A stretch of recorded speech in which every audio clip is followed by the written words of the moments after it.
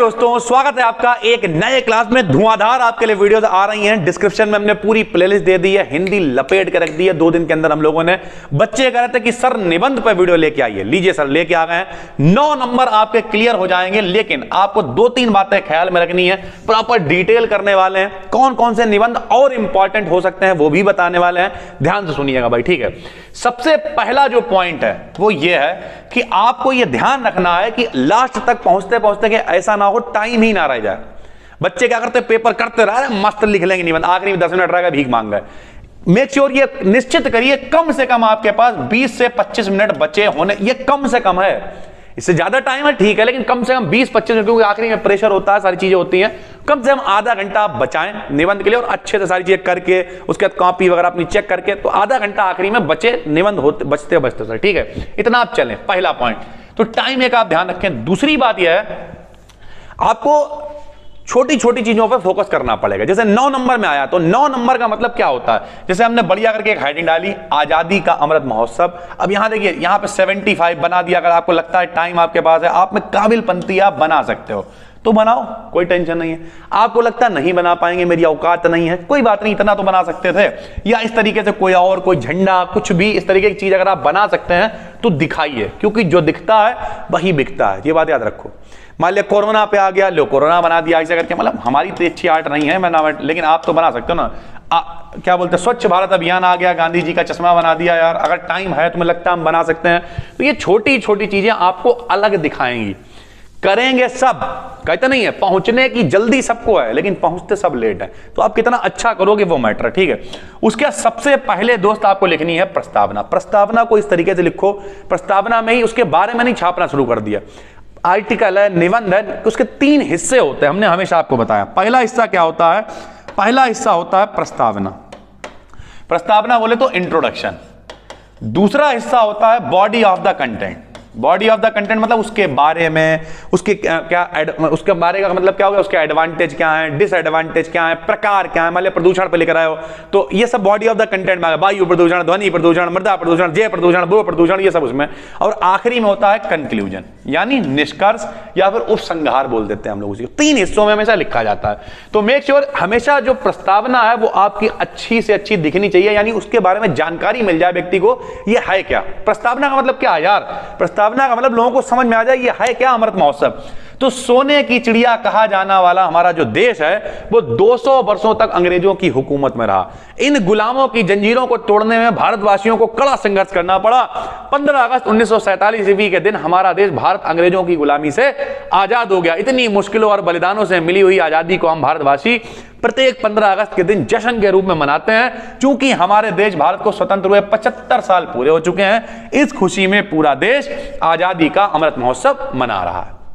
कुछ कठिन नहीं लिखा हमने, क्या लिखा, 200 साल तक अंग्रेजों ने गुलाम बना के रखा। उसके बाद हम लोगों ने संघर्ष किया, लड़ाई करी और लड़े अपने हक के लिए, और उसके बाद क्या हुआ, आजाद हो गए 15 अगस्त 1947 को। इस साल 75 साल हो गए, इसलिए हम लोग क्या मना रहे हैं, आजादी का अमृत महोत्सव मना रहे हैं। तो आपने क्या लिखी, प्रस्तावना प्लस एक इफेक्ट, एक पढ़ा कि सामने वाला चेक करना देख रहा है, बच्चे ने थोड़ा चित्र भी दिखाया है, बताया है डिटेल, बच्चे के पास नॉलेज है, यहीं पे खेल हो गया। अब आगे नहीं भी लिखा फर्क नहीं पड़ता।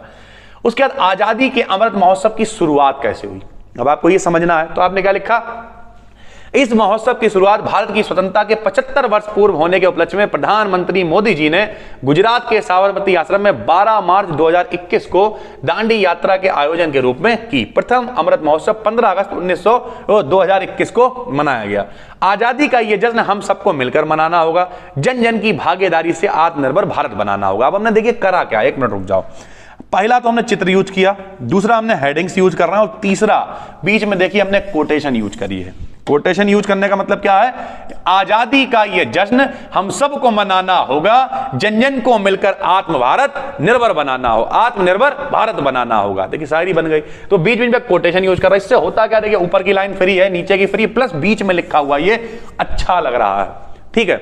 उसके बाद आजादी का अमृत महोत्सव का उद्देश्य क्या है, तो उद्देश्य क्या है, पूरे देश में लोगों में देशभक्ति की भावना ज्यादा फैले, लोग जागे, जागरूक हों, सिपाहियों को याद हो जो बलिदान हो गए हैं। जैसे आज ही जब ये वीडियो शूट कर रहे हैं तो ब्लैक डे लोग कह रहे हैं। ब्लैक डे का मतलब क्या, क्यों यार, किसी कोई भी डे क्यों मनाया जाता है, ताकि वैसे भी आदमी के पास टाइम नहीं है, हालांकि जो हमारे शहीद हैं उनके लिए टाइम निकालना नहीं, उन्हें तो आप हमेशा दिल में रखिए, लेकिन उसके बाद भी एक स्पेशल डे, कुछ फील हो सके, लोग उन्हें डेडी, जैसे लोग कहते नहीं फादर्स डे, यार पिताजी को तो आदमी हमेशा सम्मान करता है, लेकिन फादर्स डे मतलब कुछ स्पेशल फील हो, पापा को यार आज हमारा दिन है, बच्चे सारे उनके लिए सेलिब्रेट करें, ये चीजें ठीक है, बाहर का कल्चर है लेकिन कोई दिक्कत नहीं। एक अगर स्पेशली कुछ फील हो रहा है, आदमी बर्थडे क्यों मनाता है?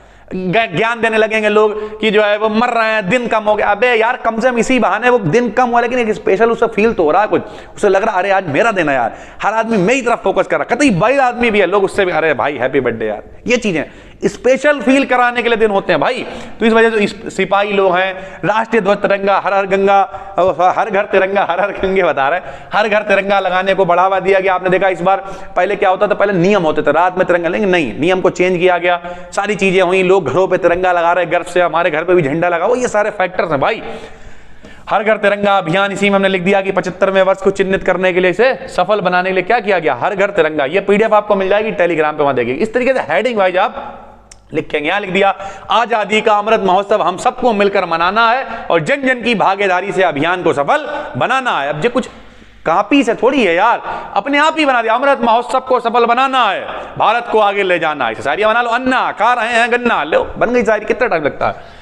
आजादी के अमृत महोत्सव का महत्व क्या हुआ, तो महत्व थोड़ा सा लिख दिया कि बड़े राष्ट्रीय त्योहार की भांति मनाया जा रहा है, जाति विशेष से कोई मतलब नहीं है, पूरा देश एक प्लेटफॉर्म पे दिखाई दे रहा है, देश की पावर दिख रही है यहां पर, ठीक है। उसके बाद महान है भारत देश, महान है इसकी आजादी, पाने को जिसे वीरों ने अपनी जान गवा दी। देखिए कितना बढ़िया लग रहा है, मजा आ गया, बिल्कुल फीलिंग चेक करने वाला कह रहा है यार भाई ये बच्चा कौन है यार, क्या कर रहा है। इस तरीके प्रेजेंट करो, दिखाओ, नंबर छीन के लेके आओ, मिलेंगे नहीं मेरे भाई।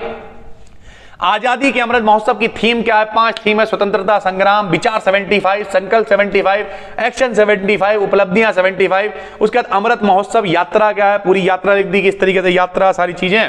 उपसंहार आखिरी में लिख दिया, हमारे भारत देश का इतिहास स्वर्णिम है, हम भाग्यशाली, आखिरी में एक डायलॉग लगा दिया, आजादी का अमृत महोत्सव है भारत मां के लालों का और आजादी के अमृत वालों का आजाद 75 सालों का। मजा आ गया। कितना किया आपने? लगभग भैया 3 पेज के अंदर आ गया। लगभग अगर हम एक मोटा मोटा अंदाजा बताएं तो लोग कहते हैं कि भैया लगभग 180 शब्दों में आर्टिकल लिखना होता है। 180 शब्दों का मतलब एक मोटा मोटा अंदाजा 18 लाइनें होती हैं यार, ठीक है। अब 18 लाइनों का मतलब भी हम आपको बताएं लगभग 1 पेज होता है, लेकिन अगर आप 1 पेज में लिखोगे तो मजा नहीं आएगा। तो आप ये कोशिश करें कि कम से कम 2 नंबर में आपका 2 नंबर में आपकी प्रस्तावना हो गई, ठीक भाई, 2 नंबर में। उसके बाद आप कम से कम 6 हेडिंग्स और लिखें अच्छे से। प्लस देखिए अगर आप रिप्रेजेंटेशन आपका अच्छा होता है, लगभग 2 पेज अगर आपने लिख दिए, कॉपी में बहुत होते हैं यार, क्योंकि आप कोटेशन यूज करोगे, डायग्राम बनाओगे, सारी चीजें करोगे, 2 से 2.5 पेज अगर आपका टाइम है, बहुत अच्छे से आप कर पाओगे। बाकी कौन कौन से इंपॉर्टेंट हैं वो भी हम आपको बता देते हैं। लीजिए सर, कहां गया सर, ये लीजिए, अभी इसी में आ जाए, ये देखिए कौन कौन से और निबंध हैं जो इंपॉर्टेंट हो सकते हैं, वो भी आपको बता दे रहा है। लीजिए सर, सबसे पहला एक, भारत में बेरोजगारी की समस्या, ठीक है। बेरोजगारी की समस्या एक बहुत गंभीर समस्या, आप 12th में है तो आपको अंदाजा होना चाहिए कि किस तरीके से बेरोजगारी बढ़ रही है, लोग परेशान हैं, दिक्कतें हो रही हैं, आप अपना उस पर विचार व्यक्त कर सकते हैं। पर्यावरण प्रदूषण एक बहुत इंपॉर्टेंट टॉपिक रहा जो हमेशा से आता रहता है, प्रदूषण, इसमें आप आराम से हेडिंग्स बना सकते हैं। स्वच्छता अभियान एक नया टॉपिक है जो काफी लेटेस्ट से चल रहा है, मोदी जी के आने के बाद पता होना चाहिए। विज्ञान वरदान या अभिशाप, ठीक है। अब विज्ञान पे आ जाए तो आप आराम से लिख सकते हैं, उसमें मान लिख दिया विज्ञान में क्या क्या फायदे हैं, फायदे में आ गए, ठीक है। डायनेमो, मोटर, पंखा, बत्ती ये सब मिल रहा है, हम लोग चला रहे हैं, यूज कर रहे हैं, टेक्नोलॉजी पे आ गए, अंधाधुंध, बहुत लिख सकते हो, 2-2.5 पन्ने लिखना कोई बड़ी बात नहीं है, ठीक है। खेल कूद का महत्व क्या है पता होना चाहिए। वर्तमान समाज में नारी की क्या स्थिति है, नारी का सम्मान होना चाहिए, किस तरीके से पुराने जमाने में क्या था, पूरी चीजें क्या है, किस तरीके से अपडेट हुई, इस पे पढ़ सकते हो। वृक्षारोपण यानी पेड़ लगाने से क्या फायदे हैं, इस तरीके के।